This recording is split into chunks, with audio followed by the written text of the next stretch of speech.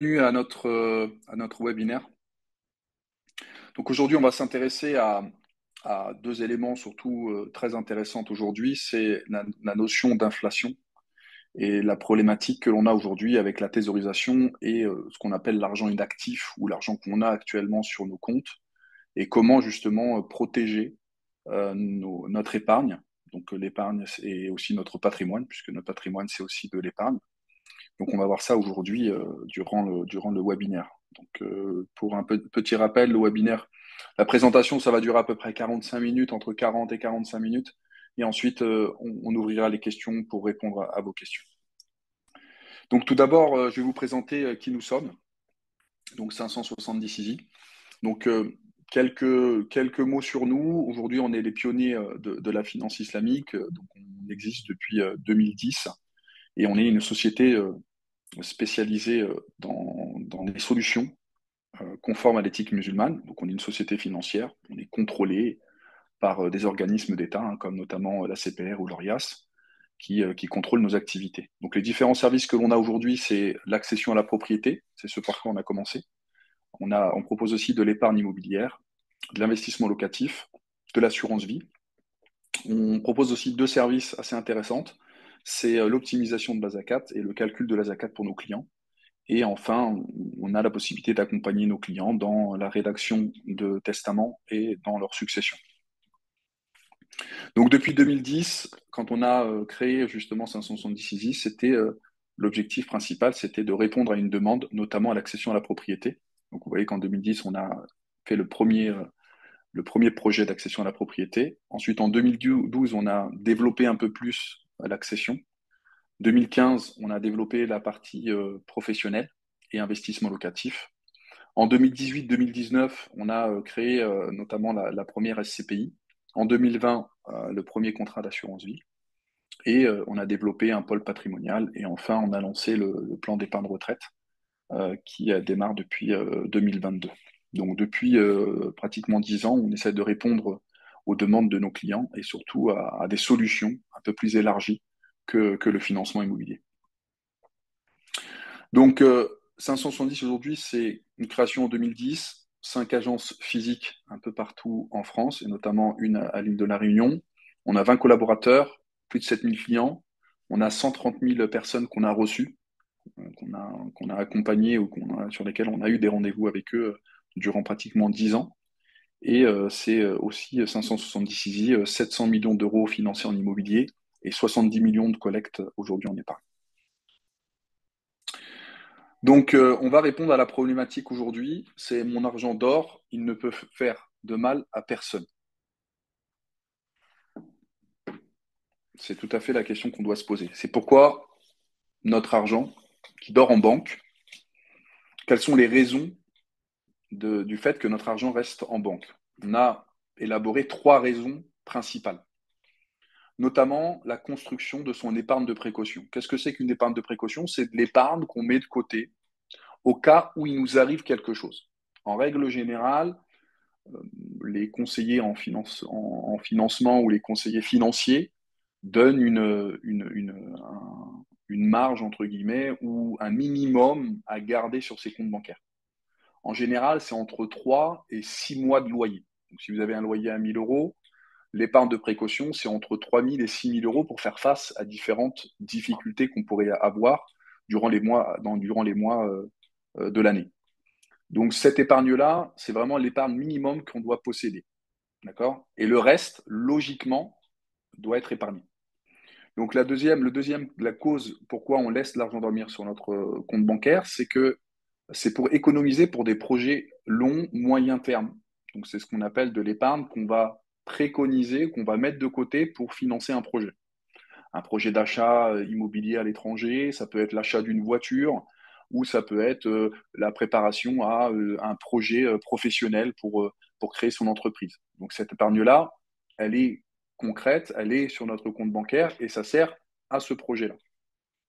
Et le troisième cas qu'on a relevé, c'est de fuir les intérêts bancaires d'une épargne classique. C'est-à-dire qu'on sort notre argent d'un compte, entre guillemets, rémunéré, notamment le livret A, qui est rémunérateur de riba, pour le mettre sur un compte courant qu'on a de disponible parce qu'on ne sait pas quoi en faire et où le placer. Et c'est ça la grosse problématique qu'on a aujourd'hui, c'est que des fois, on a de l'épargne de disponible, mais on ne sait pas quoi en faire, on n'a pas de projet sur du moyen long terme, et on ne sait pas du tout quoi en faire. Et ça, c'est un vrai problème.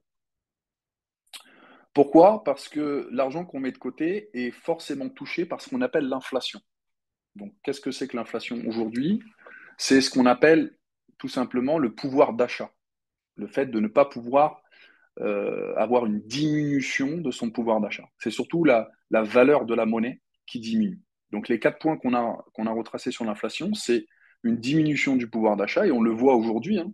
Quand vous prenez, je prends l'exemple sur 10 ans, il y a 10 ans en arrière, quand vous aviez 20 euros et que vous faisiez vos courses, vous ressortiez avec pas mal de choses dans votre caddie. Aujourd'hui, vous prenez 20 euros, vous ressortez avec pas grand-chose. Mais pourtant, les salaires, eux, sont pratiquement les mêmes, voire petite augmentation, mais elles ne suivent pas la valeur de l'inflation. On a aussi l'augmentation des coûts. Donc forcément, quand vous avez une monnaie qui a moins de valeur, ça vous coûte plus cher. C'est ce qui se passe notamment sur les matières premières, puisque ça coûte plus cher d'acheter, ça coûte plus cher d'aller récupérer, le coût des matières premières coûte plus cher, le coût du transport coûte plus cher, et ça a un impact notamment sur notre argent et sur notre pouvoir d'achat. Et l'incertitude économique, je prends souvent l'exemple des pays un peu étrangers ou des pays comme la Turquie notamment. Quand on voit la Turquie sur 5 ans, on prend la valeur de leur monnaie, ils ont perdu en pouvoir d'achat l'équivalent de 4 fois la valeur de leur monnaie. C'est-à-dire qu'à l'époque, quand vous aviez un euro représentait à peu près 5 livres turcs. Aujourd'hui, un euro, c'est 35 livres turcs. On passe de 5 euros à 35. Donc ça veut dire que leur pouvoir d'achat, entre guillemets, a diminué. Pour les étrangers, ce n'est pas un problème. Que quand vous venez avec votre euro en Turquie, bah, vous avez un pouvoir d'achat plus important, parce que forcément, vous avez plus de livres. C'est pareil, notamment quand on va dans nos pays d'origine, hein. Je prends l'exemple de l'Algérie, bah, sur lequel vous avez une fluctuation de la valeur de la monnaie, mais les prix en Algérie, ou les coûts d'achat, entre guillemets, n'augmentent pas comme la valeur de la monnaie ou la valeur de l'euro. Et ça, c'est une vraie problématique, parce que ça diminue notre pouvoir d'achat, ça diminue notre capacité d'achat, et ça, c'est un vrai problème sur lequel on n'a pas grand-chose à faire. Et il faut noter aussi une chose importante, c'est que quand l'inflation augmente, les taux d'intérêt, eux, augmentent aussi. Et quand la déflation, en gros, l'inflation diminue, dans ce cas-là, les taux d'intérêt diminuent aussi. Pourquoi? Parce que les taux d'intérêt sont toujours liés à l'argent, au prêt et à la valeur de la monnaie. Et c'est ce qui fait que ça monte ou ça descend. Donc là, je vous ai mis un petit graphique pour vous donner une idée de l'inflation en France. Vous voyez que par exemple en 1991, le taux d'inflation c'était 3%. En 99, c'était 0,6%. Et vous voyez comment ça monte et ça descend. Là, par exemple, en 2008 c'est normal, c'est la crise des subprimes. Donc ça, c'est la crise économique aux États-Unis. Donc ça a eu un impact sur l'inflation. Et ensuite, c'est remonté. Et regardez aujourd'hui. C'est-à-dire que si on prend l'inflation en 2021, on était à 1,6. Aujourd'hui, on est à 5%. Donc c'est énorme. C'est-à-dire que la valeur de votre monnaie perd pratiquement 4 à 5% par an. Donc c'est énorme. C'est-à-dire qu'au final, si j'ai 1000 euros, bah, je perds 4% de valeur, voire plus, voire 5, 6, 7%. Ça dépend des mois, de la valeur de ma monnaie. Et je perds de l'argent sans le voir. C'est surtout ça qui est important. Et la deuxième problématique que l'on a, c'est la thésaurisation. Qu'est-ce que c'est que la thésaurisation? Pour ceux qui ne connaissent pas la thésaurisation, c'est ce qu'on appelle le fait de mettre de l'argent de côté sans y toucher. C'est l'épargne que l'on a. C'est-à-dire qu'au final, j'ai de l'argent de côté, mais je ne l'utilise pas. Il n'est pas utilisé. Et la thésaurisation, c'est ce que Allah Ta'ala nous parle dans le Coran, de la thésaurisation, le fait de laisser son argent ou laisser ses biens sans les faire fructifier, sans les faire fonctionner. C'est ce qui se passe, la thésaurisation. Qu'est-ce que c'est tout simplement? C'est ce qu'on appelle, ça a des problématiques sur l'économie, le ralentissement de l'économie. Effectivement, quand vous avez de l'argent de côté et que vous ne l'utilisez pas, et que vous l'investissez pas, bah forcément, ça ralentit l'économie. Et c'est pour ça que l'islam est venu encourager les croyants à faire travailler leur argent, à investir leur argent, et ne pas laisser leur argent sur un compte ou de côté sans le faire fructifier. Et c'est pour ça que la zakat est intervenue.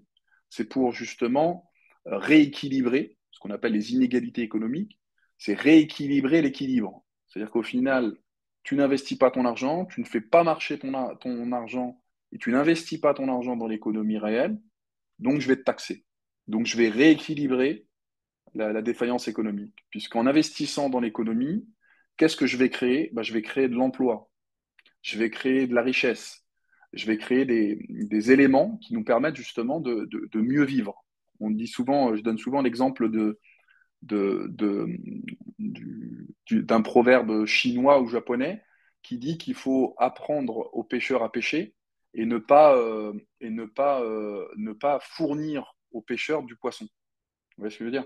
C'est-à-dire qu'au final, plus on apprend, plus on travaille, plus justement on va créer de la richesse. Et c'est ce qui s'est passé notamment avec le prophète sallallahu alayhi wa sallam, lorsqu'il nous dit dans des hadiths, il dit que la main qui donne est meilleure que la main qui reçoit. Et comme vous le savez, la thésaurisation ralentit le développement durable et tout ce qui est lié justement à l'économie. Donc l'objectif aujourd'hui de cette conférence, c'est de réveiller les consciences et surtout réveiller l'aspect économique de notre épargne et qu'est-ce qu'on peut faire avec. Parce que c'est bien beau d'énumérer les problématiques, mais aujourd'hui, il faut trouver des solutions qui nous permettent justement d'optimiser et d'être dans le concret. Parce que parler de choses, mais sans avoir de solution, bah, en fait, on parle que de ces choses-là, mais sans solution. Et aujourd'hui, on a à la disposition justement de nos clients et des musulmans de France des solutions qui permettent justement d'optimiser ces deux problématiques que l'on a, l'inflation et la thésaurisation. Sachant que quand on regarde l'inflation et la thésaurisation, c'est deux choses qu'on ne voit pas. Et c'est ça qui est problématique. C'est des éléments qu'on ne voit pas. Quand on vous parle de zakat, par exemple, de payer la zakat, c'est quelque chose qu'on ne voit pas, qu'on ne sent pas. Quand on laisse son argent de côté, c'est pas des choses, quand on regarde son compte et qu'on a 10 000, quand on revient l'année d'après qu'on a encore 10 000, pour nous, on a toujours 10 000 euros. Mais réellement, sur le marché, on ne les a pas. Puisque quand vous prenez vos 10 000 euros et que vous payez la zakat dessus, bah, ça diminue votre richesse. Et d'ailleurs, vous avez un hadith du prophète sallallahu alayhi wa sallam qui nous dit que, il dit, prenez soin des biens de l'orphelin, sinon la zakat va la ronger, sinon la zakat va la dévorer. Si on prend aujourd'hui un enfant qui a hérité de ses parents de 100 000 euros et qu'il ne fait rien avec, non seulement son argent va être touché par l'inflation, donc sa capacité, entre guillemets, d'épargne va diminuer, mais en plus de ça, la zakat va la ronger, la zakat va la dévorer. Donc c'est un enfant qui vient de naître, qui a eu 100 000 euros, quand il aura 20 ans, il lui restera plus que 50 000 euros. Alors que si on avait fait fructifier cet argent-là, si on l'avait fait travailler, si on l'avait investi, et ben peut-être quand il aura 20 ans, il aurait eu peut-être 200 000 ou 300 000 ou peut-être 150 000, ou au moins on aurait préservé son capital. C'est l'objectif aujourd'hui. Donc l'épargne éthique et le monde. Donc l'épargne, épargner son argent plutôt que le laisser dans un compte bancaire. C'est surtout ça la question qu'on doit se poser. Est-ce que je dois laisser mon argent ou est-ce que je dois l'investir? Première chose, c'est l'argent en banque n'est pas injecté dans la société. Donc que fait aujourd'hui les banques? Elles prennent notre argent, elles l'utilisent dans des activités qui ne sont pas conformes à l'éthique musulmane. Je vais parler aussi notamment du livret A. C'est la problématique du livret A. Le livret A, c'est ça. Le livret A, c'est j'épargne. Le fait d'épargner sainement sans riba, c'est exactement ça. C'est qu'en fait, au final, j'ai un livret A, je génère du riba, et la seule solution que j'ai trouvée pour pallier à ça, c'est pas de le clôturer, c'est de retirer les intérêts. Mais ça n'empêche que l'argent en lui-même, il est investi dans des activités qui sont non conformes à l'éthique musulmane. Je prends l'exemple du livret A, notamment, de base, c'est un beau projet, le livret A. Le livret A sert logiquement donc c'est investi par la Caisse des dépôts et des consignations, ça sert à construire des logements sociaux. Jusque-là, c'est propre. On se dit, ouais, c'est social, ça permet d'investir, sauf que c'est prêté. C'est un prêt que l'on fait. C'est un prêt pour construire.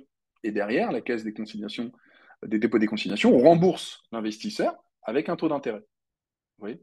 Et c'est ça la grosse problématique, c'est qu'au final, notre argent qui est sur les comptes bancaires, sur lequel on devrait avoir accès, au final, est investi dans des activités qui, logiquement, ne devraient pas y être. Et on est rémunéré de cette manière-là. C'est-à-dire que notre argent provient d'une activité qui est haram, on sort malgré tout les intérêts, on les donne, mais ce qu'on devrait faire, c'est surtout les clôturer pour éviter ça. Pourquoi? Parce que il faut savoir une chose, c'est que quand vous avez de l'argent sur votre compte bancaire, vous n'êtes pas maître de cet argent-là. La banque en fait ce qu'elle veut. Et quand je reviens sur le livret A, il y a une nouvelle loi qui est sortie depuis début mars qui autorise justement l'État français à récupérer l'argent du livret A pour l'investir notamment dans l'armée et dans la défense. C'est-à-dire qu'au final, votre argent va servir à financer des guerres. Et l'islam interdit le financement de la guerre. Donc nous aussi, on doit être responsable et on doit être, entre guillemets, intelligent et ne pas laisser notre argent, surtout si on n'en a pas besoin. Et au lieu de le laisser à des banques qui vont l'utiliser dans des activités qui ne respectent pas les principes de la finance islamique, on doit s'attarder à ça et regarder ce qu'on peut faire et quelles solutions on peut avoir pour éviter justement tout ça. Donc, comment, c'est la question que je vous pose, c'est comment épargner sans riba. Donc, aujourd'hui, avec 570 Easy, on a mis en place des contrats d'épargne qui permettent justement d'optimiser, de diversifier, d'anticiper et surtout de générer des revenus complémentaires afin justement de faire travailler cet argent-là et ne pas le laisser sans rien faire, puisque l'islam nous encourage, notamment dans la finance islamique, à faire travailler notre argent, ne pas le laisser bêtement sur un compte, ne pas les laisser bêtement sans rien faire et qu'ils servent à l'économie réelle. Donc l'ASCPI, donc le produit d'épargne que je vais vous présenter, permet justement d'optimiser ça.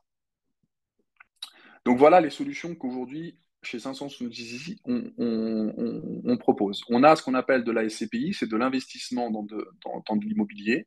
On a un contrat dit assurance vie, donc je vais vous expliquer un petit peu comment il fonctionne. Et on a aujourd'hui du Perrin qui permet d'optimiser et de réduire les impôts. Le Perrin, on n'en parlera pas aujourd'hui, puisque ce sera étudié et ce sera traité lors d'une autre conférence qui parlera justement de l'optimisation fiscale. Donc le placement en SCPI.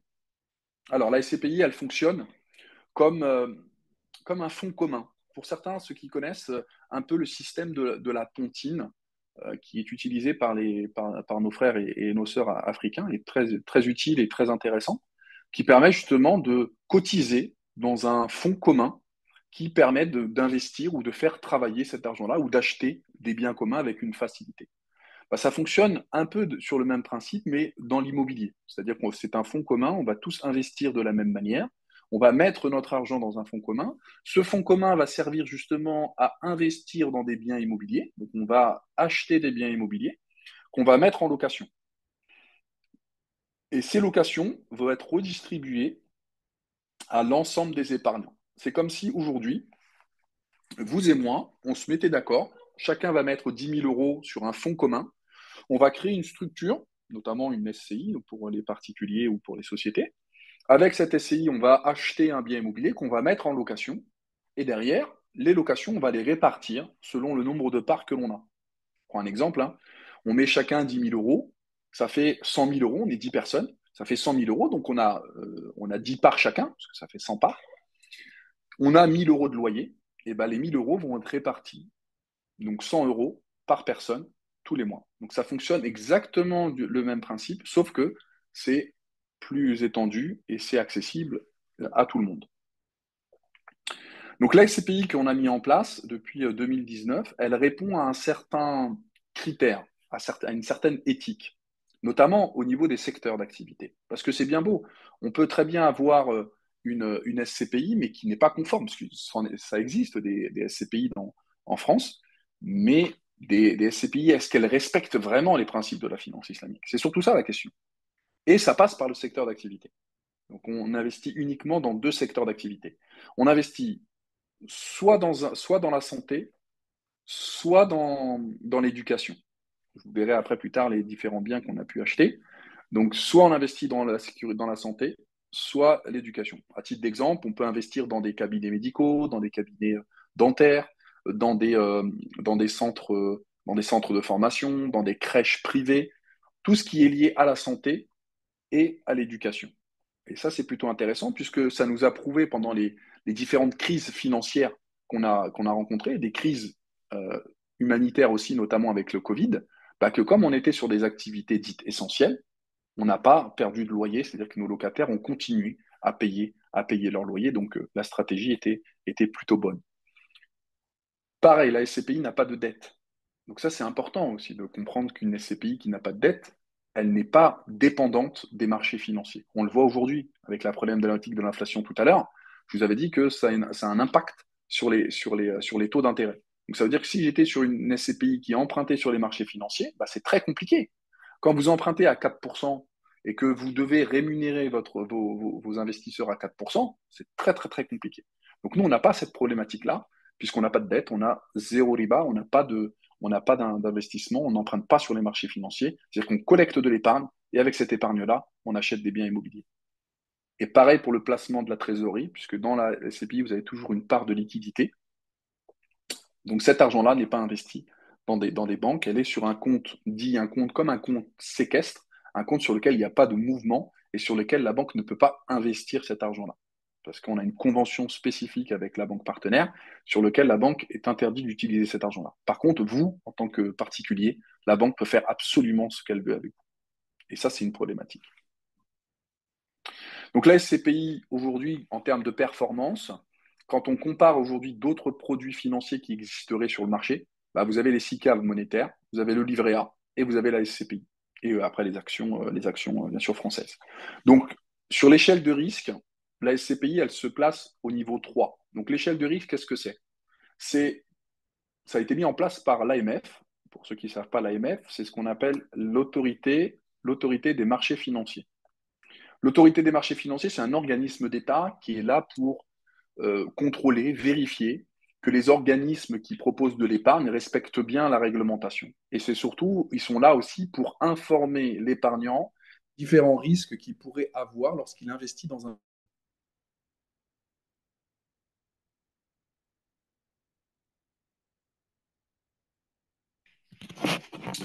Le niveau 2, c'est ce qu'on appelle les actions et les obligations que vous allez retrouver sur les marchés financiers. Et la SCPI à niveau 3. Donc les avantages de la SCPI, c'est que c'est un rendement attractif et peu risqué. Une gestion déléguée, c'est-à-dire que vous n'avez absolument rien à faire et c'est accessible à tout le monde.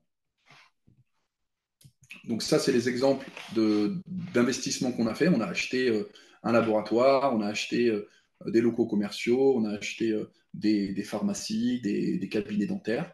Donc, par exemple, on a acheté à Nantes un bien à 700 millions d'euros, à 700 000 euros, un à Paris à 1,4 million, un à Choisy-le-Roi à 800 000 euros.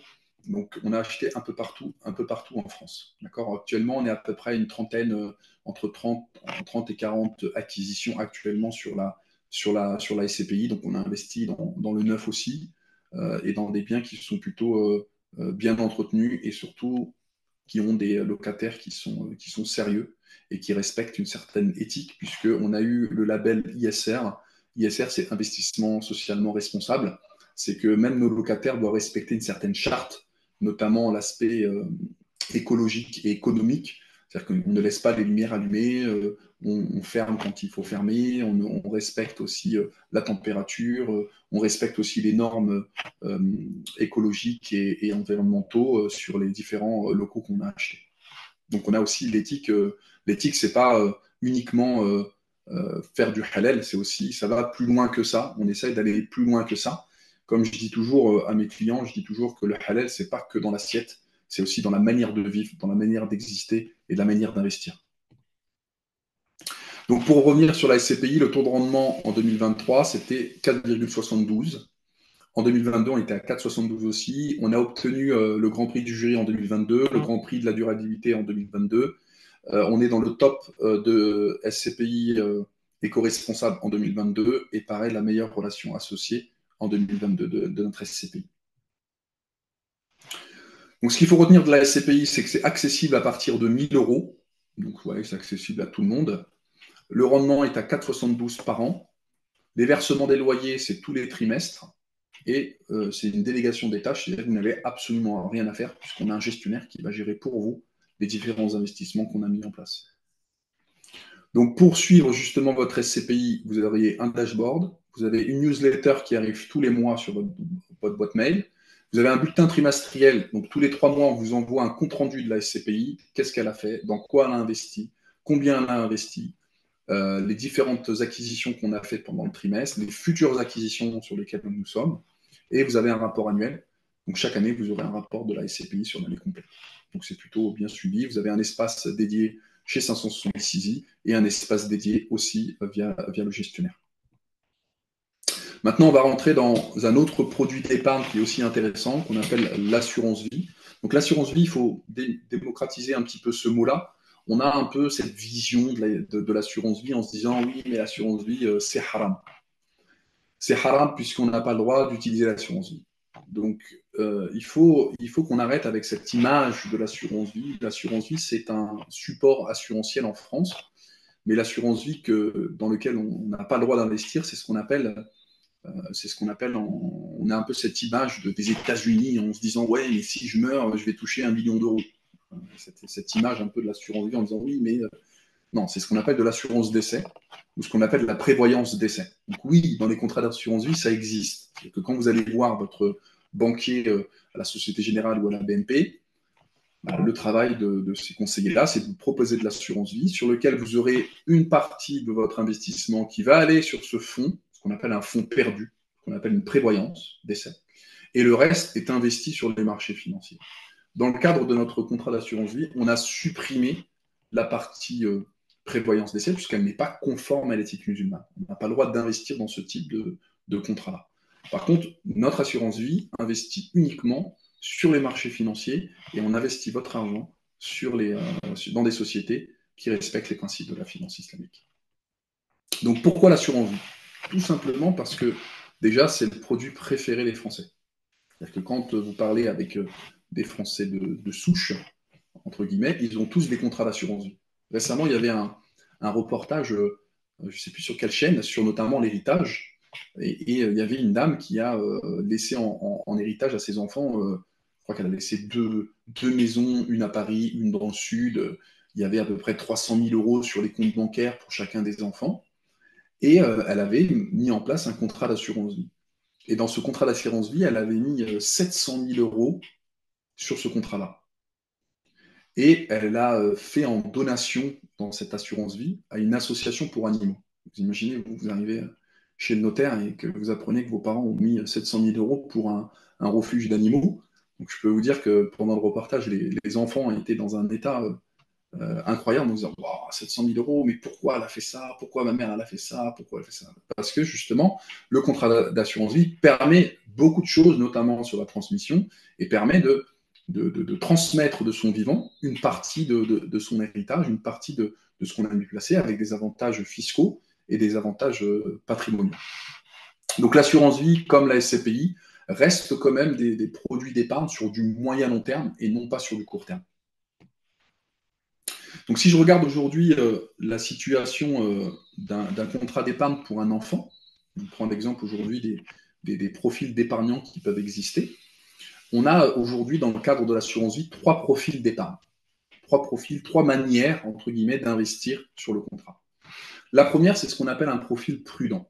Donc comment ça marche? C'est que 70% de votre épargne vont aller sur des fonds d'investissement ou sur des sociétés à faible risque.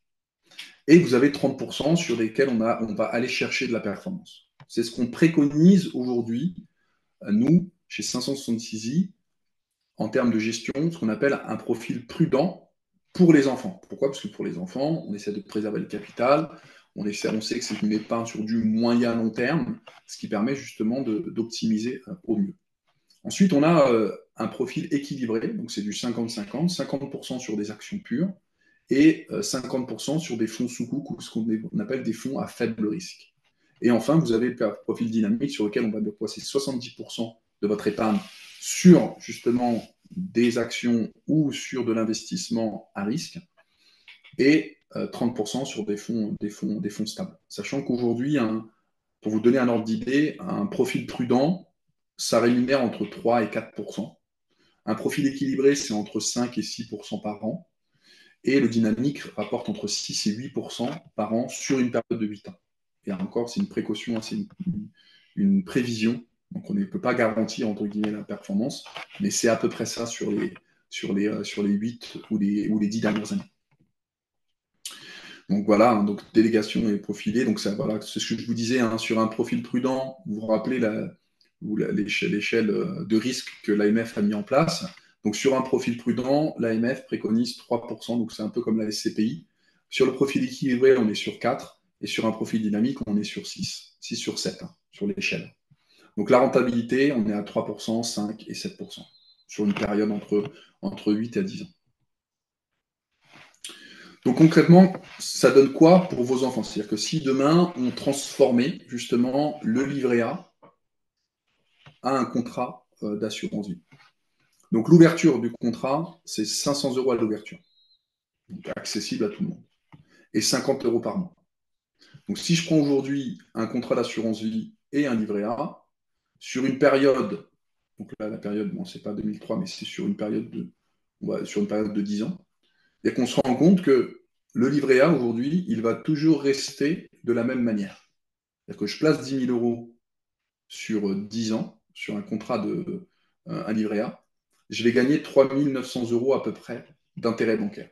Sachant que ces intérêts-là, je peux pas les garder, puisque forcément, ils proviennent d'une activité qui n'est pas conforme. En plus de ça, mon argent travaille notamment à cause de l'inflation. Je dois aussi m'acquitter de la zakat.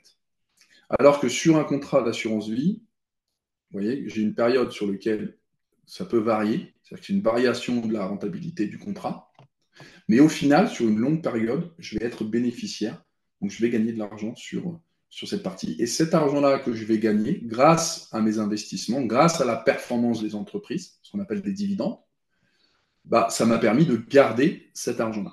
Et sur le paiement de la zakat, il y a une partie seulement de l'investissement sur lequel je dois m'acquitter de la zakat. Et ça, on pourra en parler en précision lors de différents entretiens qu'on pourra avoir ensemble sur comment m'acquitter de la zakat sur un contrat d'assurance vie. Donc, comment ça marche? Un contrat d'assurance vie se compose de plusieurs compartiments. Donc, un fonds défensif, c'est ce que je vous disais, c'est ce qu'on appelle des fonds stables. Donc, c'est l'équivalent du fonds euro. Donc, le fonds euro, c'est un fonds qu'on ne peut pas investir, sur lequel on ne peut pas investir, mais c'est l'équivalent. C'est-à-dire qu'on va investir uniquement dans de l'immobilier, sur des fonds d'infrastructure de long terme. Je prends un exemple aujourd'hui sur un fonds défensif. Vous vous rappelez, je reviens un petit peu sur le profil de risque, sur le profil prudent. Donc, sur le profil prudent, vous allez retrouver notamment ce qu'on appelle un fonds défensif sur lequel vous allez avoir de l'immobilier, du financement d'infrastructures. C'est notamment, par exemple, la construction de routes, d'autoroutes. Ça peut être, là actuellement, il y a des soukouk qui sont mis en vente par l'État de l'Arabie Saoudite, donc l'étatique, hein, donc c'est l'État, qui vend ce qu'on appelle des soukouk pour construire justement une usine photovoltaïque. Donc c'est de l'énergie verte, hein. Et en fait, vous, votre rémunération, elle est liée à la revente de l'électricité. Donc vous êtes investisseur et derrière, vous avez une rentabilité liée à la vente de l'énergie, vente de l'électricité par l'Arabie Saoudite. Donc ça, c'est aussi des choses dans lesquelles on investit via le fonds de l'assurance. Les unités de compte, qu'est-ce que c'est pour simplifier un petit peu les choses? Les unités de compte, c'est de l'action. C'est-à-dire qu'on investit dans des sociétés qui respectent les principes de la finance islamique sur lesquels il y a des critères spécifiques. Donc aujourd'hui, c'est à peu près 300 sociétés différentes qui respectent les principes de la finance islamique. Vous avez notamment un investissement dans des sociétés qui respectent les principes de la finance islamique et sur certains critères. Je vais vous en donner deux pour vous donner un ordre d'idée. C'est qu'au final, les sociétés doivent respecter notamment un pourcentage d'activités non licites. Notamment, c'est 5% de leur activité ne doivent pas être une activité illicite. Je prends l'exemple demain de L'Oréal. Je prends l'exemple de L'Oréal. L'Oréal, sur leur activité, c'est conforme à l'éthique musulmane puisqu'ils vendent des produits cosmétiques et tout le reste. La manière de fabrication, c'est autre chose. Je parle juste, c'est un exemple que je vous donne. Ça ne veut pas dire qu'on investit dedans, c'est un exemple que je vous donne.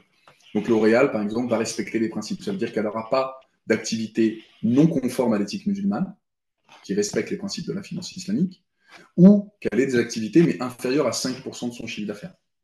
Et le deuxième critère, c'est qu'elle n'ait pas plus de 30% de dette, de créance, ce qu'on appelle de la dette, ou des emprunts, sur son chiffre d'affaires aussi. Donc, vous voyez, c'est des critères qui sont assez restreints, qui permettent justement de vérifier si la société respecte la finance islamique. Et le gestionnaire qui va gérer votre contrat, lui vérifie tous les mois si la société dans laquelle on a investi respecte bien ces principes-là. Parce que peut-être qu'en un mois, ça peut changer. C'est-à-dire qu'elle peut être conforme à l'éthique musulmane, et le mois d'après, elle peut ne pas l'être. Et ça, c'est le travail du gestionnaire, c'est le travail de celui qui va gérer justement votre épargne.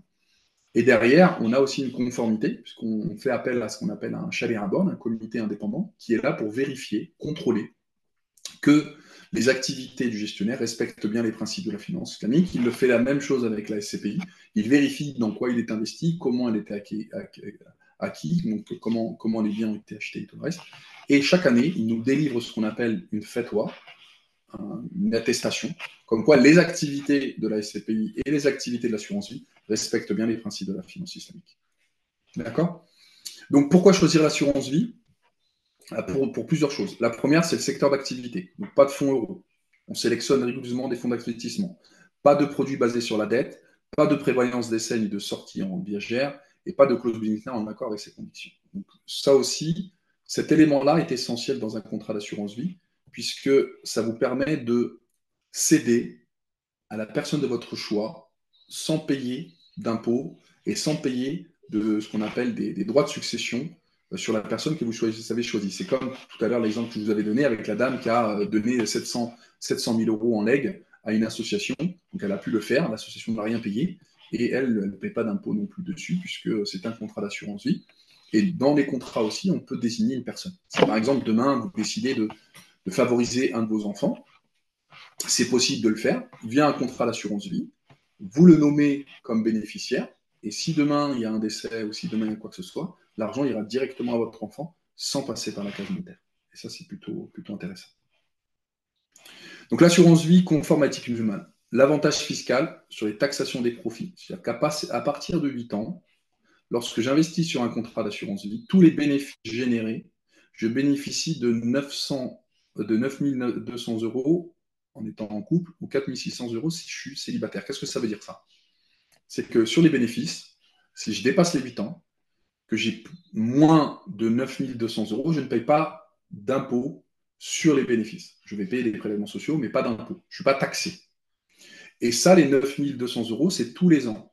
Donc si par exemple demain, j'ai fait 18 000 euros de gains sur le contrat d'assurance vie, et ben, je vais sortir l'argent une année 9 200, la deuxième année 9 200. Donc ça me permettra de ne pas payer d'impôts sur la totalité. Mais ça, on pourra vous le faire au moment où vous souhaiterez sortir l'argent de façon qu'on puisse le faire. Les avantages successoriaux, c'est que, comme vous avez dit tout à l'heure, l'assurance vie permet de transmettre de son vivant un bénéficiaire jusqu'à 152 500 euros sans payer de droits de succession. D'accord? Qu'est-ce que c'est que les droits de succession? C'est une taxe que l'État va prendre en cas de décès pour que vos enfants puissent récupérer votre patrimoine. Je prends l'exemple très simple. On prend l'exemple d'un père et d'une mère de famille qui ont mis tout en place dans leur vie pour acheter un bien immobilier et avoir de l'argent de côté. Donc au final, ils ont un bien immobilier qui vaut 300 000 euros et ils ont 100 000 euros sur les comptes bancaires. Donc ça fait 400 000 euros aujourd'hui. La problématique qu'ils ont aujourd'hui, c'est qu'ils n'ont que 2 enfants. Et les 2 enfants bénéficient en France d'un abattement de 100 000 euros par enfant. Ça veut dire qu'au final, il y a 100 000 pour un enfant, 100 000 pour un deuxième enfant. D'accord. Donc ça veut dire que sur les 400 000 euros, l'État va retirer 200 000 euros d'abattements fiscaux. Donc ça fait, il reste 200 000. Sur les 200 000, vous allez payer les droits de succession. Et si vous aviez placé les 100 000 euros sur un contrat d'assurance vie, du coup, les 100 000 euros du contrat d'assurance vie ne sont pas touchés dans la succession et il reste 100 000 euros sur lesquels ils vont payer 20%. Donc on passe de 20 000 euros de droits de succession à pratiquement à 40 000. Donc on gagne pratiquement la moitié. Donc pour ça que le contrat d'assurance vie est intéressant, puisqu'il permet de transmettre de son vivant une partie de son patrimoine. La particularité de l'assurance vie, c'est que c'est personnalisable. On a la possibilité de faire des allocations spécifiques pour certains clients. C'est innovant puisque ça permet justement de bénéficier justement de choses, d'être toujours à l'affût, puisqu'on investit aussi par exemple dans des ETF si c'est possible. Éventuellement, quand la crypto-monnaie sera éligible, on aura aussi la possibilité de le faire quand ce sera fait aussi pour les connaisseurs.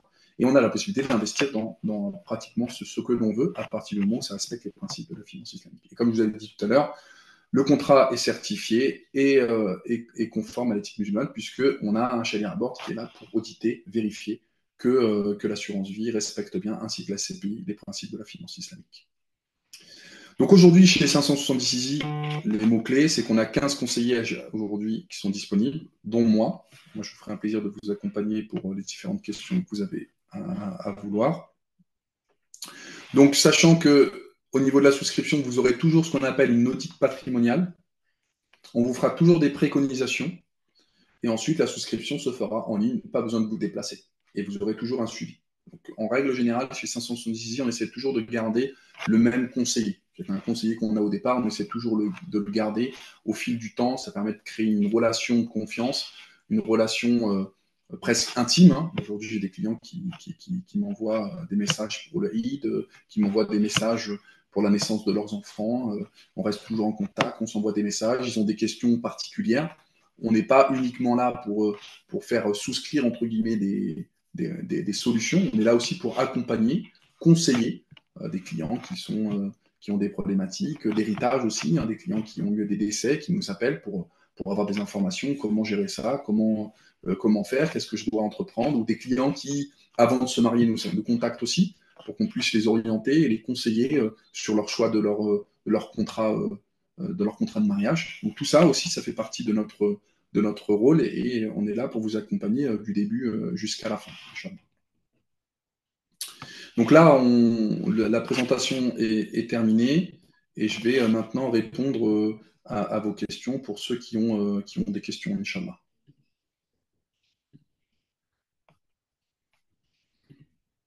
Alors, si vous avez des questions, oui, je vous ai mis le lien sur le chat de mon agenda pour ceux qui sont intéressés. Vous pouvez prendre directement rendez-vous sur mon agenda. Ça me permettra justement de vous présenter un peu plus en détail les produits, les conditions de souscription et tout le reste pour ceux qui sont intéressés. Et ceux qui ont des questions, vous pouvez utiliser la. Oui, donc, il y a déjà eu une question. Voilà, exactement. Il y a des possibilités. Donc, les rendez-vous peuvent se faire par téléphone, par visio, ou vous déplacer en agence, soit sur Paris. Moi, je suis sur la région de Melun. Donc, je peux aussi vous recevoir sur la région de Melun. On a des bureaux aussi sur Melun sur lesquels je peux vous recevoir si vous souhaitez me rencontrer. Il n'y a pas de problème, Inch'Allah. Donc, s'il n'y a pas de questions, Inch'Allah, on va clôturer le. De toute façon, vous pourrez retrouver la présentation. On vous enverra le lien pour présenter de la présentation. Il n'y a pas de questions. Je vous souhaite une très très bonne soirée à vous, une bonne Ligue des Champions à ceux qui vont regarder le foot ce soir. Et je vous dis à très bientôt, Inch'Allah, et n'hésitez pas à nous consulter si vous avez des questions particulières. À très bientôt, prenez soin de vous et qu'Allah vous préserve.